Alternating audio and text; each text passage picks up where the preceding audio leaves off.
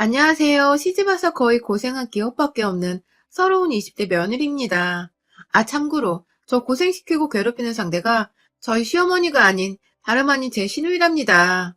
시누이와의 전쟁에서 그리고 그 끝에 사이다 복수까지 여러분들과 이 사연을 나눠보겠습니다. 저와 남편의 4살 차이, 궁합도 안 본다는 나이 차이를 가지고 있고, 우리 아가씨는 남편보다 3살이 어려 저보다는 1살이 많아요. 저희 부부가 신혼집을 구할 여력이 안 되어 고민을 하다가 일단은 40평대 평수이신 시부모님 댁에서 지내면서 차근히 살 집을 알아보는 곳으로 합의를 하고는 결혼식 올리자마자 들어와 산 지 4개월 정도가 되어갑니다. 저야 넓은 집에서 시부모님이 워낙 제게 일 한번 안 시키려고 살뜰히 챙겨주기도 하시고 젊은 나이에 직구해서 독립부터 하고 싶을 텐데 돈 아낀다고 시댁에 들어와 산다는 게 두고두고 미안하셨는지 정말 저한테 잘해주셨어요. 사실 저희 집이나 친정이나 서울 한복판에 아파트 한 채 정도는 있었으나 그것 말고는 재산이라고 할 것이 정말 없어서 겉보기에만 빛 좋은 개살구 같은 꼴이었는데 그래서 저는 저희 부모님 생각이 나서 시부모님께도 그냥 직구하는데 부담 가지지 말고 저희가 합가하겠다고 먼저 말씀을 드린 거였거든요. 한번 제게 빚을 졌다고 생각을 하시는 건지 유독 막내딸처럼 잘 챙겨주셨고 저희 부부가 둘 다 맞벌이라서 아침 시간이 꽤나 정신없이 흘러가는 편인데 늘 한켠에서 괜찮다는데도 아침밥을 차려주시면서 든든히 밥을 먹고 가게도 해주셨어요. 퇴근하고 오면 제가 뭐 하나 손댈 것 없이 어머니께서 하루 종일 집안 청소를 해놓으시느라 빨래부터 개놓은 것들까지 말끔히 정리가 되어 있었고 저녁까지 이미 차려놓고 계시는 중이어서 저는 손끝 하나 댈 것이 없었습니다. 그마저도 너무 죄송스러워서 남편이랑 번갈아 가며 저녁 먹은 후엔 설거지를 하고 또 주말이면 둘이서 합심하고 하루 종일 밥하며 정말 즐겁게도 신혼을 보내면서 시부모님과 살고 있었습니다. 사실 제가 친정 부모님께 용돈을 드리고 있는 만큼 남편도 시부모님께 용돈을 드리고 있는 걸로 알고 있어요. 돈을 주니 시부모님께서도 고마워하며 더 저희 부부를 챙겨주시는 것도 같았고요. 뭐 이래나 저래나 저한테 시집살이 한번 안 하고 딸처럼 귀하게 여겨주시니 저도 그저 감사드렸죠. 그런데 문제는 이렇게 너무나도 트러블 하나 없이 잘 지내는 내 식구에 시누이만 끼면 꼭 분위기가 180도로 변한다는 것이었습니다. 함께 사니까 아가씨랑도 매일같이 마주칠 수밖에 없었는데요. 굳이 한 집안에서 얼굴을 자꾸 붉히고 싶은 건지 우리 아가씨는 저를 볼 때마다 왜인지 으르렁거리지 못해서 안달난 늑대 새끼 같았습니다. 처음부터 사실 잘 맞았던 건 아니었어요. 제가 이 집안에 들어와 사는 데에도 가장 거슬리고 걱정이 되었던 게 사실 아가씨이기도 했었는데요. 시어머니께서 호칭 정리를 확실하게 해주셔서 아가씨랑 제가 서로 맞존대를 쓰도록 시키셨어요. 상견례 자리에서 부모님 따라 나온 아가씨도 처음 봤었는데 시부모님이 나이 때문에 위아래 꼬이는 건 두고두고 불편한 거라면서 확실하게 시키셨고 그래서 저나 저희 부모님도 모두 굉장히 만족을 했죠. 제 입장에서는 나이가 어린데 나이 많은 아가씨한테 말을 놓는 게 불편하기도 했었고 차라리 서로 맞존대를 하며 존중을 하면 훨 편하기도 했죠. 그런데 그 자리에서 아가씨는 저희 부모님이 계신데도 불구하고 내가 왜 맞존대를 해야 해? 나보다 어린애한테? 하며 시누이짓을 했고 그 바람에 시부모님이나 저희 남편이나 딸 교육 똑바로 못 시켰다며 얼굴을 붉히셨고 저희 부모님과 저는 저희대로 만만치 않은 시누이가 그 집에 있구나 싶어 속으로 얼마나 걱정했는지 몰라요. 저희 엄마는 시누이 하나만 보면 이 결혼 절대 시킬 수가 없다며 잘 지낼 자신이 정말 있냐고 누누이 결혼 날짜를 잡아놓고도 저한테 결혼을 정말 해야겠냐고 불안한 마음에 닥달을 하셨고 저는 그때마다 이 결혼 자신 있다고 했죠. 시누이가 시누이짓을 해봤자 저도 웬만큼 사회 나가서 쓴소리 못하고 사는 성격이 아니었던지라 참다 참다 거슬리면 확 밟아주던가 해야겠다며 마음 단단히 먹었었습니다.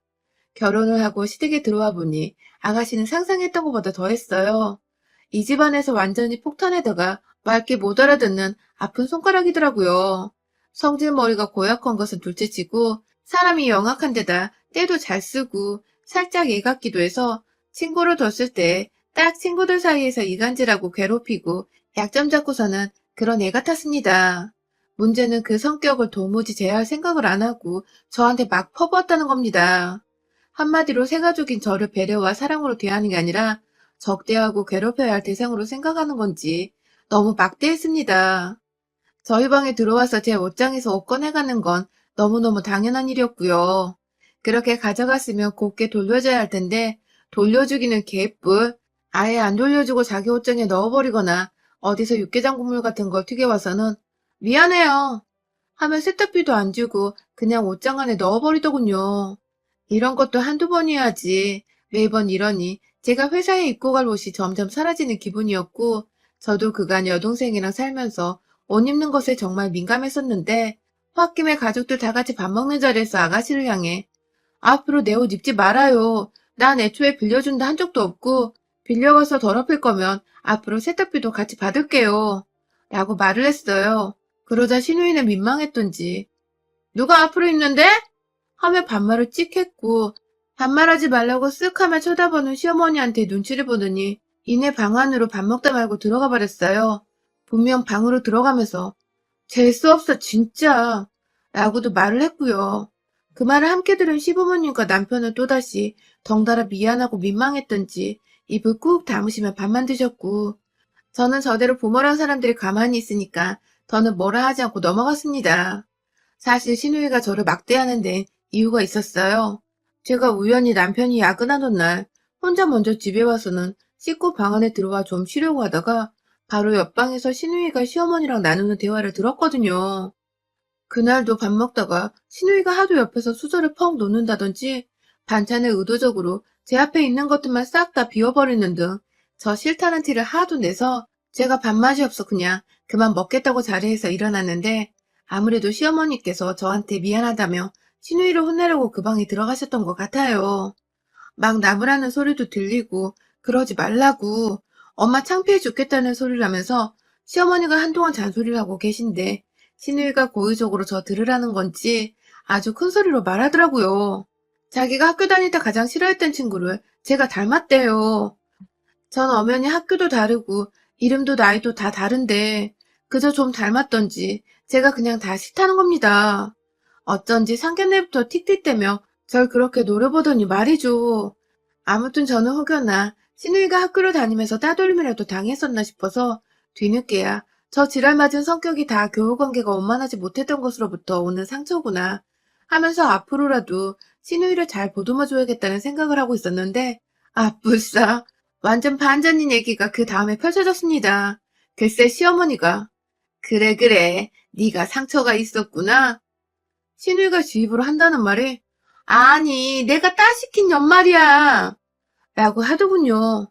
네, 참 대단한 우리 시누이는 지가 학폭 가해자였던 걸 그렇게 당당히 밝히면서 자긴 가해를 시킨 당사자였고 저는 따돌림을 당한 그 여자애를 닮았다고 싫다며 지랄을 떨었던 것입니다. 시간이 한참이나 지났어도 학폭 가해자란 년은 그걸 자랑이라는 듯 말하며 반성 한번 하지 않고 사는 게 열받고 재수없어 죽겠더라고요 아주. 하지만 시부모님과 함께 사는 집안에서 어찌되었든 저의 시누이니까 좀 뻔뻔하게 굴어도 최대한 참으려고 했어요. 그럼에도 시누이는 끝까지 저를 괴롭힐 생각만 했고요. 다음날 출근해서 자야 하는데 12시 넘어서 옆방 시누이가 일방적으로 깔깔거리면서 영화를 몇 번 틀어놓은 적이 있었습니다. 참고로 시누이는 20대인데 백수예요. 아직 영화인지 드라마인지 소리를 크게 틀어서는 저희 방까지 다 들리게 하니까 한 번은 남편이 참다 거의 열받은 상태로 소리 한 번만 더 내면 너 진짜 나한테 아작난다? 하며 방 가서 겁을 준 적이 있었는데요. 그러자 시누이는 며칠 잠잠하더니 하루는 정말 괴상한 여자의 비명소리가 자꾸만 들리는 공포영화를 보면서 또 소리를 크게 틀어놔서 저희 부부가 새벽에 잠에서 깨버린 겁니다. 그래서 남편이 쟤 또 저런다며 베개 하나 들고서 한 대 패줄 요량으로 여동생 방에 갔고 이내 그 방에서 남편은 정말 자지러지게 겁을 먹고 소리를 꽥 지르면서 저희 방으로 도망왔어요. 알고 보니 시누이가 그냥 노트북에다가 여자 비명소리만 나오는 파일 하나를 켜둔 채 방 안에 틀어놓고 본인은 시부모님 방에 가서 잠을 잔 겁니다. 그걸 모르던 남편은 여동생 방에 갔는데 사람은 없고 어디서 막 여자 비명소리가 들리니까 그 새벽에 귀신한테 홀리기라도 한 줄 알고 아주 기겁을 한 것이었죠. 그날 후 시누이는 더 이상 소음으로 문제를 일으키진 않았으나 두고두고 남편이 겁먹고 방으로 뛰쳐나가 소리 지른 거 가지고 놀려먹으며 밥 먹는 자리에서 얘기를 꺼내곤 했어요. 다 저를 괴롭히려 한 일이라는 걸 알았기에 전 도저히 그걸 되새기며 웃고만 있을 순 없었고요. 퇴근하는 길에 집에 치약이 떨어졌다고 해서 마트에 들렸다가 가면 치약 새고가 몇 통이나 더 있고 계란이 떨어졌다고 전화가 와서 또 계란을 사서 마트에 갔다가 집에 가면 냉장고 안에 계란이 한가득이고 쌀 떨어졌다고 해서 퇴근길에 남편한테 도움을 요청해 마트에서 함께 만날 쌀을 들고 집에 가면 쌀통에는 쌀이 또 제법 채워져 있고 그날은 아가씨도 저희 남편한테 머리통 한 대 쥐어 쳐맞고는 또 한동안은 잠잠했었는데 잠잠하다가 보면 저한테 전화를 해서 뭘 시키고 사오라고 해놓고는 무용지물로 만드는 그런 일들이 반복이 되었습니다. 동네에 있는 마트가 지하철역에서 집으로 오는 길에 완전 정반대 위치에 있거든요. 그래서 마트에 가려면 거기까지 갔다가 다시 지하철역을 거쳐서 집으로 돌아가야 했고요. 제법 먼 거리라 퇴근하고 집에 가는 길에 피곤한 저로서는 그게 두고두고 열이 받는 대목이었는데 아가씨는 그런 노동을 지속적으로 반복시키면서 저를 의도적으로 괴롭히려 했어요. 평소 자기 돈을 안 내려고 배달 음식을 먹고 싶다며 퇴근도 안 한 저한테 연락이 와서는 집으로 배달 음식을 시켜달라고 부탁한 적도 몇 번 있었고요. 저는 그럼 또 집에 가서 내내 봐야 하는 사람인데 문제 일으키기 싫다면서 웬만한 요구들은 다 들어주곤 했었고요. 그러다 얼마 전 눈이 펑펑 내렸던 그 한파 속의 날 시누이는 절 또다시 부려먹었습니다. 이번에는 눈이 내려서 앞도 안 보이는 상황이었는데 퇴근길 내내 어디냐고 연락이 오더니 제가 아파트 입구라고 문자를 보내자마자 전화가 와서는 언니, 나 지하철역 바로 옆에 있는 그 포장마차 집에서 떡볶이 먹고 싶어요. 하면서 말을 하더라고요. 내내 저한테 어디냐고 물어봤으면서 방금 제가 지하철역 지났을 때 아무 말도 안 하더니 아파트 입구 도착하자마자 한다는 소리가 진짜 순간 살인 충동도 느꼈는데 겨우겨우 참아가며 제가 다음에 사주면 안 될까요? 오늘 눈이 너무 많이 와서 라고 말을 했지만 시누이는 시어머니도 먹고 싶어 하신다는 말을 하며 저에게 다시 한번 강요를 했고 결국 저는 운동한다 생각을 하자는 마음으로 도로 지하철역을 가서 떡볶이를 사왔습니다. 운동하자 마음이었으나 스트레스로 열이 뻗쳐서 떡볶이만 산 게 아니라 옆에 순대랑 오뎅 5개까지 가족 수대로 포장을 했어요. 집으로 가는 길에 제 오른손은 완전히 얼었어요. 우산 잡고 동시에 분식 든 봉다리 쥐어잡느라 호주머니에 손을 넣을 수가 없어서 완전 찬바람 다 맞고 있었죠.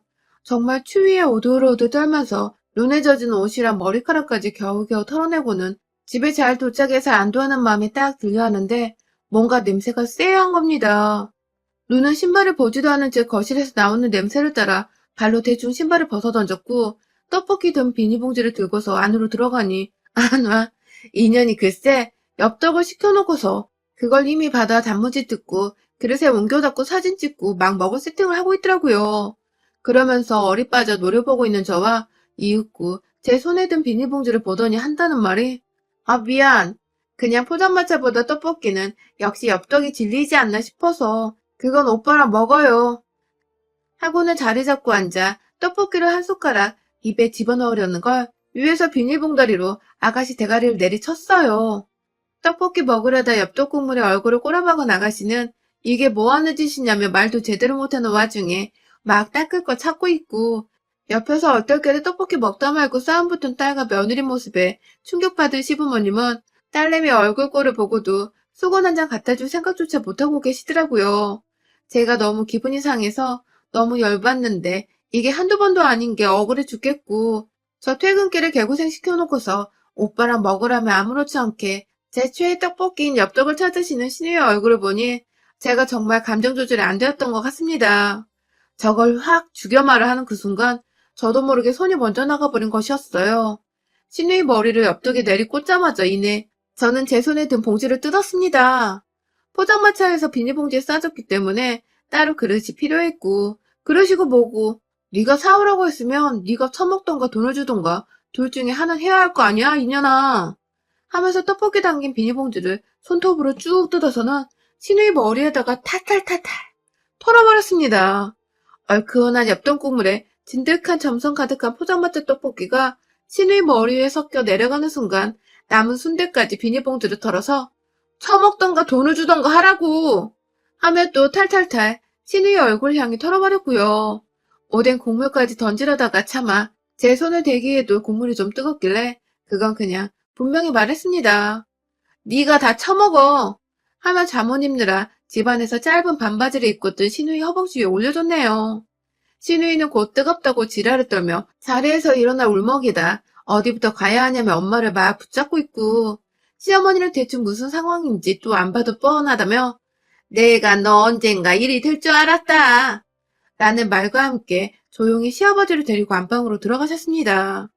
신우이는 부엌에 가려다가 도로 화장실로 들어갔고, 한참 동안 씻고 나오더니 지방으로 들어가려 하길래 그 입구에서 머리끄댕이 잡고 끌고 나와서 도로 거실로 데려왔어요. 네가 닦아 이년아 하고서는 부엌에서 들고 온 걸레 하나 쥐어주니까 끝까지 자존심은 있는지 표정으로 열받는다는 듯 일진 표정을 짓대요. 지가 감히 학폭력 주제에 어디다 대고 버릇 못 고치고 씩씩거리면서 일진인 척을 하는지.